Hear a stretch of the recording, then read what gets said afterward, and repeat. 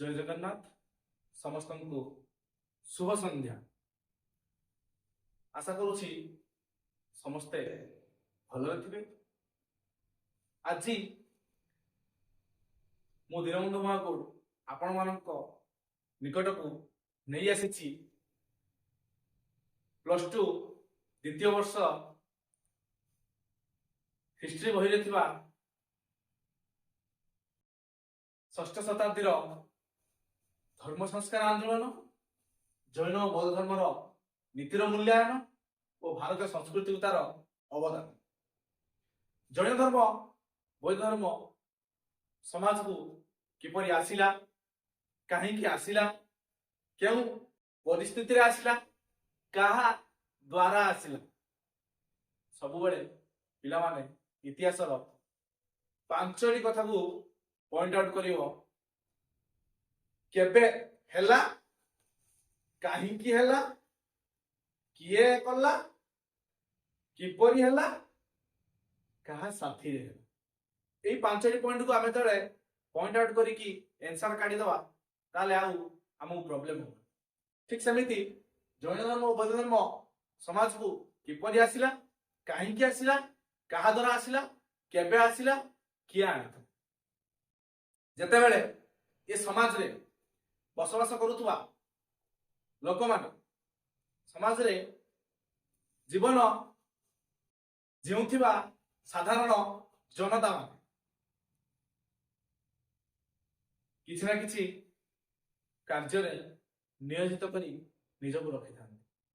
ठीक सेतिकी बेले परवर्ती वैदिक जुगर प्रभाव षष्ठ शताब्दी पर्यंत बलवत्तर रही, जहाँकि यही समय अंग, काशी, कौशल, मगध, मत्स्य आदि षड़ महाजनपद देखा देइतिला बा उत्थान घटितिला ए समाज रे, जहा द्वारा कि समाज रे ब्राह्मण मानकर प्राधान्य वैदिक कर्मकांडर काया विस्तार करने को समाज रे धीरे धीरे लगिला। जेपरि ठीक गोटे बुढ़िया टीए जते बेले तार बसा को तैयारी करिवार लागे, से जेमिति इमिति ता जाल को इमिति रकमर छंदी थाए, ता जाल रे जे थरे पड़िबो आउ बाहरिबार चांस नाही। ठीक सेमिति समाज रे ब्राह्मण मानकर प्राधान्य, ब्राह्मण मानकर कर्मकांड, ब्राह्मण मानकर जागयज्ञ एते बलवत्तर थिला जे एते निष्ठुर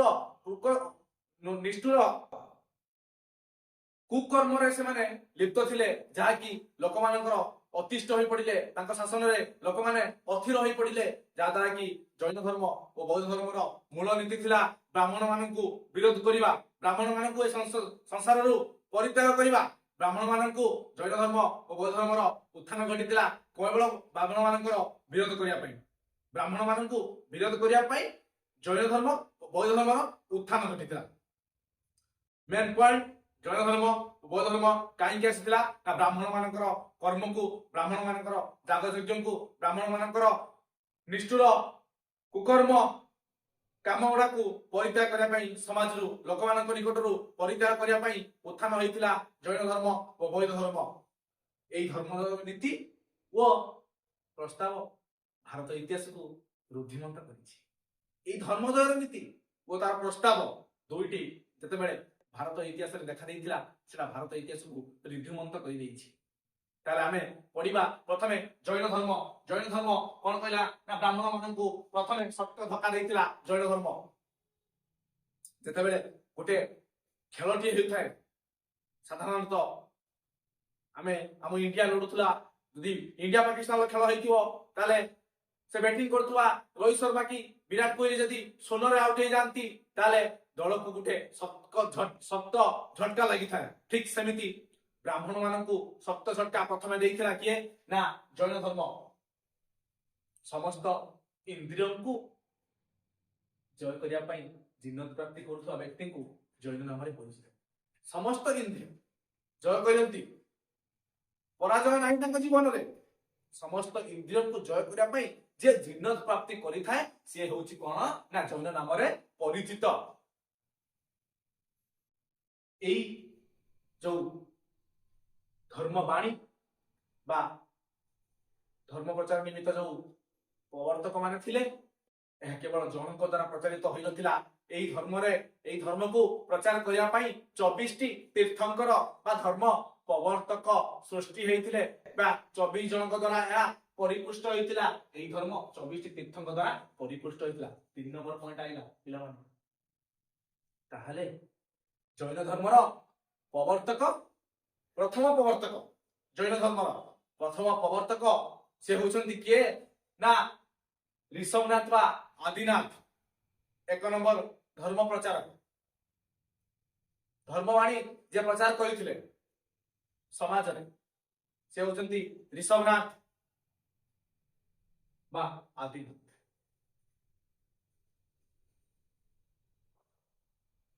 ଦ୍ୱିତୀୟରୁ 21ତମ ପର୍ଯ୍ୟନ୍ତ ପିଲାମାନେ ମତେ ଜଣା ନାହିଁ। ଏହା ଇତିହାସ ବି କୌଣସି ସଂଜ୍ଞା ପ୍ରଦାନ କରିନାହିଁ ସେ ତୀର୍ଥଙ୍କ ବିଷୟରେ, ଯୋଉଥିପାଇଁ କି ମୁଁ ଅଧମ ଆପଣଙ୍କ ଆଗରେ ପ୍ରକାଶ କରିପାରୁ। ପ୍ରଥମ ଗଲା ଦ୍ୱିତୀୟ 22ତମ ପ୍ରବର୍ତ୍ତକ। ଦ୍ୱିତୀୟରୁ 21ତମ ଜଣା ନାହିଁ। 22ତମ ପ୍ରବର୍ତ୍ତକ ବା ଧର୍ମ ପ୍ରଚାରକ କିଏ ଥିଲେ ନା ନେମିନାଥ। ପ୍ରଥମ ପ୍ରବର୍ତ୍ତକ ঋଷଭନାଥ ଆଦିନାଥ, 22ତମ ପ୍ରବର୍ତ୍ତକ ନେମିନାଥ ଓ 23ତମ ଧର୍ମ ପ୍ରଚାରକ ବା ଧର୍ମ ପ୍ରବର୍ତ୍ତକ ସେ ହେଉଛନ୍ତି କିଏ ନା ପାର୍ଶ୍ୱନାଥ। ସେ ହେଉଛନ୍ତି ପାର୍ଶ୍ୱନାଥ 23ତମ ବା ତ୍ରୟୋବିଂଶ ଧର୍ମ ପ୍ରଚାରକ, ଯିଏକି କଣ କରିଥିଲେ ନା 4 ମହାସତ୍ୟ ଇଏ ସମାଜକୁ ବା ଲୋକମାନଙ୍କ ନିକଟକୁ ଆଣି ପହଞ୍ଚାଇଥିଲେ।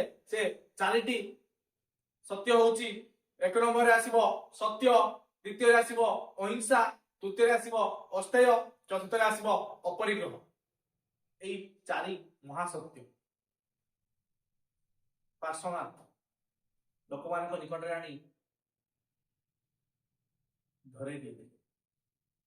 ପ୍ରଥମ ପଏଣ୍ଟ ଆସିଲା ସତ୍ୟ, ମିଥ୍ୟା ଆଚରଣ କରିବା ନାହିଁ, ମିଛ କହିବା ନାହିଁ।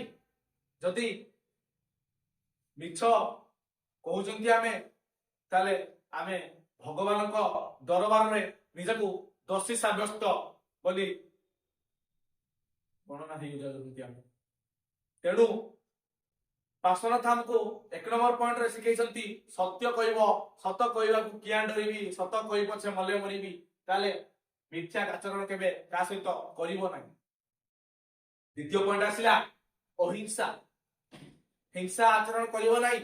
ଇଏ ଧରାଧାମରେ ଇଏ ଈଶ୍ୱରମୟ ଈଶ୍ୱରଙ୍କ ସୃଷ୍ଟିରେ ଇଏ ସମାଜରେ ସେ ପ୍ରାଣୀଟିଏ ହଉ କି ସେ ଗଛଲତାଟିଏ ହଉ କି ସେ ଛୋଟ ପିମ୍ପୁଡ଼ିଟିଏ ହଉ ତ ବିଶାଳକାୟ ଶରୀର ଥିବା ହାତୀ ସେ ବି ମଧ୍ୟ ହଉ, ଯଦି ସମସ୍ତଙ୍କ ଦେହରେ ଜୀବନ ଅଛି, ସମସ୍ତଙ୍କୁ ଭଗବାନ ଗଢିଛନ୍ତି, ତାହେଲେ ସମସ୍ତଙ୍କୁ ଆମେ ଭଲ ପାଇବା, ସମସ୍ତଙ୍କୁ ଆମେ ସ୍ନେହ ଦବା। ସ୍ନେହ ମମତାରେ ଏମିତି ବାନ୍ଧି ଦବା ଯେ ସେ ଆମ ପାଖରୁ ଛାଡିବାକୁ ଆଦୌ ଇଚ୍ଛା କରିବନି, ଚାହିଁଲେ ବି ଆମଠୁ ଛାଡି ଯାଇପାରିବନି। ସାଧାରଣତଃ ଆମେ ଯଦି ଗୋଟିଏ କୁକୁରଟିକୁ ଆଜି ଖଣ୍ଡିଏ ରୁଟି କି 2ଟି ବିସ୍କୁଟ ଦଉଛନ୍ତି, ସେ ତା ପରଦିନ ସକାଳୁ ତମେ ସେ କୁକୁରକୁ ମନେ ରଖ କି ନ ରଖ, ସେ ଆସି ତମ ପାଖରେ ଛିଡା ହେଇଯାଉଛି। ତମ ଆଜୀବନ ପାଇଁ ଦାସ ସାଜି ଯାଉଛି ସେ କୁକୁରଟିଏ। ସେ କୁକୁରଟିଏ ତମକୁ ଚିରଦିନ ପାଇଁ ମନେ ରଖୁଛି। ତାହେଲେ ପାର୍ଶ୍ୱନାଥ କହିଥିବା ଅହିଂସା ନୀତି ସେ ହଉଛି କଣ ନା ହିଂସା ଆଚରଣ କର ନାହିଁ। ତୃତୀୟଟି ହଉଛି ଅସ୍ତେୟ, ପରଦ୍ରବ୍ୟ ଚୋରି କର ନାହିଁ। ପରଦ୍ରବ୍ୟ ଅର୍ଥାତ ଆଜି ରାମର ଆସିଛି ଗୋଟିଏ ଘଣ୍ଟା, ଯାହାର ଦାମ 500 ଟଙ୍କା ହଉ, 1000 ଟଙ୍କା ହଉ କି 2000 ଟଙ୍କା ହଉ, ତାର ସାମର୍ଥ୍ୟ ଅଛି, ସେ ଆଜି କିଣିକି ଆଣିଛି। ମୁଁ ମୋର ସାମର୍ଥ୍ୟ ନାହିଁ, ମୁଁ ଆଜି କିଣି ପାରି ନାହିଁ। ମୋ ମନରେ ଆସିବ ଏତେ ବଡ ଘଣ୍ଟା, ଏତେ ଦାମିକିଆ, ସୁନ୍ଦର ଚକଚକ ଲାଗୁଛି, ମୁଁ ତା ଘଣ୍ଟାକୁ ନେଇ ଆସିବି କି? ଏ ମନରେ ଆସିବ ପିଲାମାନେ, କିନ୍ତୁ ଆମ ମନକୁ ସଂଯତରେ ରଖିବା। ମନକୁ ସଂଯତ କଲେ ଆମେ परद्रव्य उपरकू चोरी करवा नहीं कि आखि नहीं चाहिए ना। एक नंबर पॉइंट रे आसला सत्य, 2 नंबर आसला अहिंसा, 3 नंबर आसला अस्तेय, 4 नंबर पॉइंट अपरिग्रह।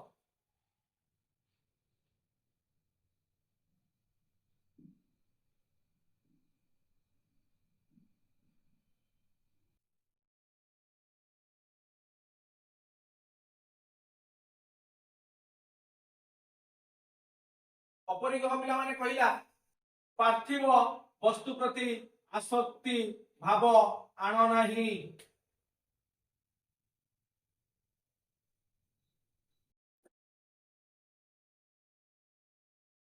पार्थिव वस्तु प्रति आसक्ति भाव, लोभनीय वस्तु